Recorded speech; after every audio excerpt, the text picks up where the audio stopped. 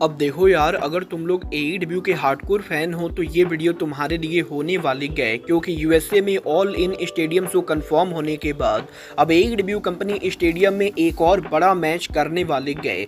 The Lucha Broz के WW को join करने के बाद लूचा ब्रोज एनएक्सटी पर डेब्यू नहीं करेंगे। एईडब्ल्यू कंपनी के स्टोरी लाइन को लेकर एडम कोपलैंड का काफी बड़ा स्टेटमेंट आ रहा है। तो गाइज वहीं एईडब्ल्यू के ग्रैंड स्लैम के ऊपर एईडब्ल्यू ने कुछ और रेसलर्स को फीचर कर दिया है। तो गाइज चलिए बिना किसी देरी के शुरू करते हैं इस वीडियो को, और सबसे पहले बात करेंगे द लूचा ब्रोज की। वेल गाइज बात करें अगर यहाँ पर लूचा ब्रोज की, तो गाइज ये बात तो मैं आपको ऑलरेडी बता चुका हूँ। एईडब्ल्यू ओरिजिनल लूचा ब्रोज का एईडब्ल्यू कॉन्ट्रैक्ट आने वाले कुछ ही दिनों के अंदर ओवर होने वाला है। और गाइज लूचा ब्रोज के सितंबर में कॉन्ट्रैक्ट के ओवर होने के बाद अक्टूबर के अंदर वो डब्ल्यूडब्ल्यू के ऊपर डेब्यू करेंगे। और गाइज जब से लूचा ब्रोज के डब्ल्यूडब्ल्यू पर जाने की न्यूज सामने आई है, तब से ही फैंस के मन में ये सवाल है कि लूचा ब्रोज एनएक्सटी के ऊपर डेब्यू कब करेंगे। वेल गाइज मैं आपको बता दूं, लूचा ब्रोज डब्ल्यूडब्ल्यू को ज्वाइन तो कर रहे गए, बट वो एनएक्सटी पर डेब्यू ना करके बल्कि डायरेक्टली मेन रोस्टर के ऊपर डेब्यू करने वाले गए। और जहां नॉर्मली डब्ल्यूडब्ल्यू के अंदर कोई भी रेसलर आने के बाद पहले एनएक्सटी के ऊपर जाता है, वहीं लूचा ब्रोज यहां पर एनएक्सटी पर नहीं जाकर बल्कि मेन रोस्टर पर जा रहे गए। और गाइज यहां पर इस चीज को लेकर रिपोर्ट आ रही गए कि डब्ल्यूडब्ल्यू कंपनी के द्वारा जब पेंटागन जूनियर को ऑफर दिया गया था, तो पेंटागन ने यह बिल्कुल क्लियर किया था कि वो एनएक्सटी के ऊपर काम करना नहीं चाहते गए, क्योंकि पेंटागन की उम्र अब लगभग 40 साल होने वाली गए। और गाइज यहां पर सालों तक एईडब्ल्यू पर काम करने के बाद, क्योंकि लूचा ब्रोज ऑलरेडी यहां पर यूएसए के अंदर काफी पॉपुलर है, तो गाइज इसीलिए पेंटागन ने ये शर्त रखी थी कि वो डब्ल्यूडब्ल्यू को तभी ज्वाइन करेंगे जब उन्हें यहां पर एईडब्ल्यू के लेवल की सैलरी मिलेगी। और गाइज क्योंकि डब्ल्यूडब्ल्यू के एनएक्सटी के अंदर एईडब्ल्यू के मुकाबले बहुत ही कम सैलरी मिलती गए, तो गाइज इसीलिए लूचा ब्रोज ने ये शर्त रखा था कि वो यहां पर डब्ल्यूडब्ल्यू के अंदर डायरेक्टली यहां पर मेन रोस्टर के ऊपर डेब्यू करना चाहेंगे,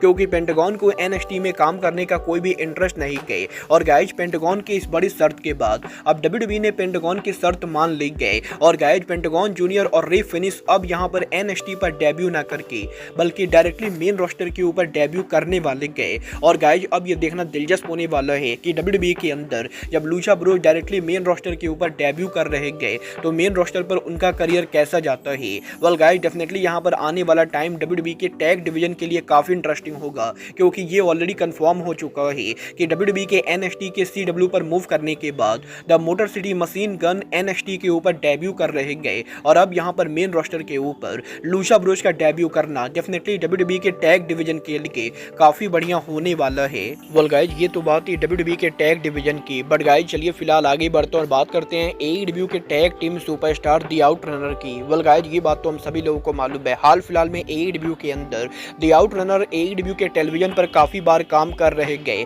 और एईडब्ल्यू के अंदर वैसे तो इन्हें जॉबर के तौर पर बुक किया जाता है, बट इसके बावजूद भी एईडब्ल्यू के क्राउड की तरफ से आउटरनर को लेकर काफी लाउड रिएक्शन आता है। और इवन यहाँ पर इनके एईडब्ल्यू में जॉबर होने के बाद भी आउटरनर करंटली एईडब्ल्यू के टॉप 10 मर्चेंडाइज सेलर के अंदर है, और यही आउटरनर के ऐसे जबरदस्त क्राउड सपोर्ट के बाद अब एईडब्ल्यू कंपनी यहाँ पर आउटरनर से काफी इंप्रेस है। और इस चीज को लेकर अपडेट आ रही है कि अगर यहाँ पर आउटरनर की हाइप ऐसे ही बनी रहेगी, तो एईडब्ल्यू के अंदर आउटरनर को जल्दी मेजर पोस्ट मिल सकता है, और वो यहाँ पर पॉसिबली आगे चलकर एईडब्ल्यू के अंदर टैग टीम चैंपियन भी बन सकते गए। वेल देखना बहुत ही दिलचस्प होने वाला है कि क्या सच में एईडब्ल्यू कंपनी आउटरनर को पुश करती है या नहीं। बट गाइज चलिए फिलहाल आगे बढ़ते और बात करते हैं एईडब्ल्यू के इंजर्ड सुपरस्टार एडम कोपलैंड की। वेल गाइज इस हफ्ते एडम कोपलैंड के लेटेस्ट इंटरव्यू के अंदर एडम कोपलैंड ने एईडब्ल्यू कंपनी में चेंजेस को लेकर बात की, जहां पर कोपलैंड का ये कहना है कि एडम कोपलैंड के एईडब्ल्यू को ऑफिशियली ज्वाइन करने से पहले से ही वो एईडब्ल्यू कंपनी को फॉलो कर रहे गए, और जब यहां पर 3 साल पहले क्रिश्चियन ने एईडब्ल्यू को ज्वाइन किया था, तब से ही एडम कोल क्रिश्चियन केज को फॉलो करने के लिए एईडब्ल्यू कंपनी को फॉलो कर रहे थे। और एडम कोपलैंड डेफिनेटली ये बोल सकते गए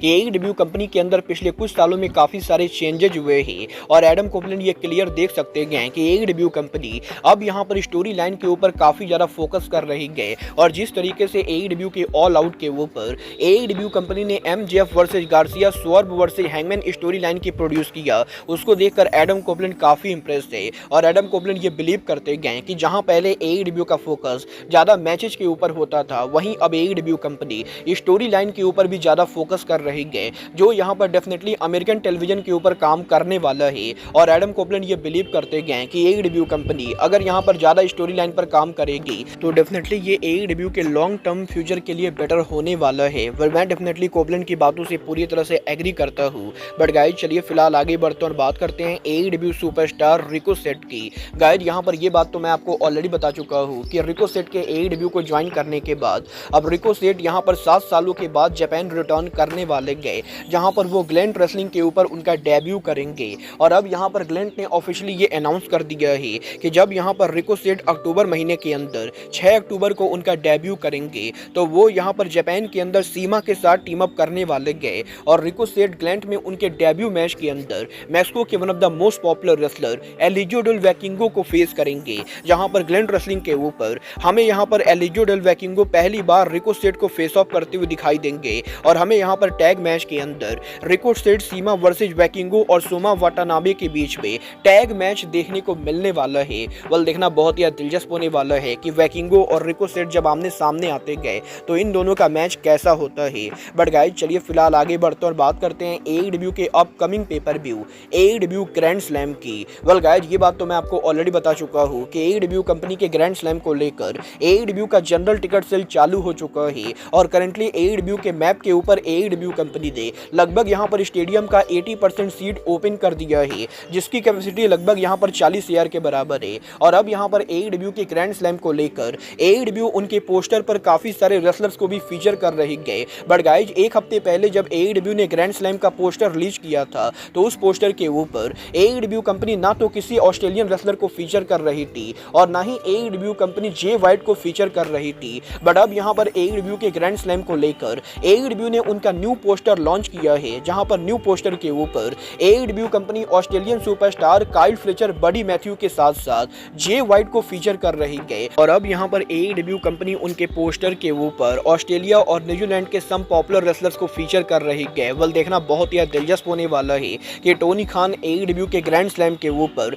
जे वाइट को कोई बड़ा मैच देते हैं या नहीं। बट गाइस चलिए फिलहाल आगे बढ़ते और बात करते हैं AEW के एवर बैंक स्टेडियम में डेब्यू करने की। गाइस यहाँ पर ये बात तो हम सभी लोगों को मालूम है, AEW के president Tony Khan wrestling business के अलावा और भी काफी सारे बिजनेस के अंदर इन्वॉल्व हैं। और टोनी खान और उनके फादर अमेरिका के अंदर जैक्सनविल जैगुआर्स NFL टीम को ओन करते गए। और अब यहाँ पर जैक्सनविल जैगुआर्स के अपकमिंग गेम के ऊपर AEW कंपनी का एक मैच फीचर होने वाला है।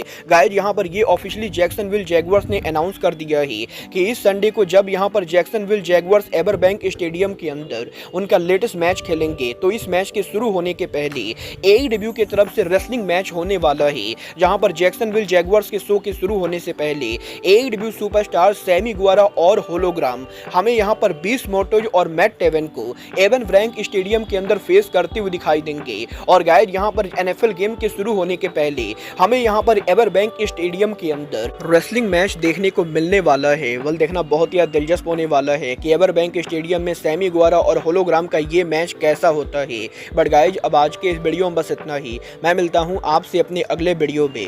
बट गाइज तब तक के लिए goodbye, good night and bang.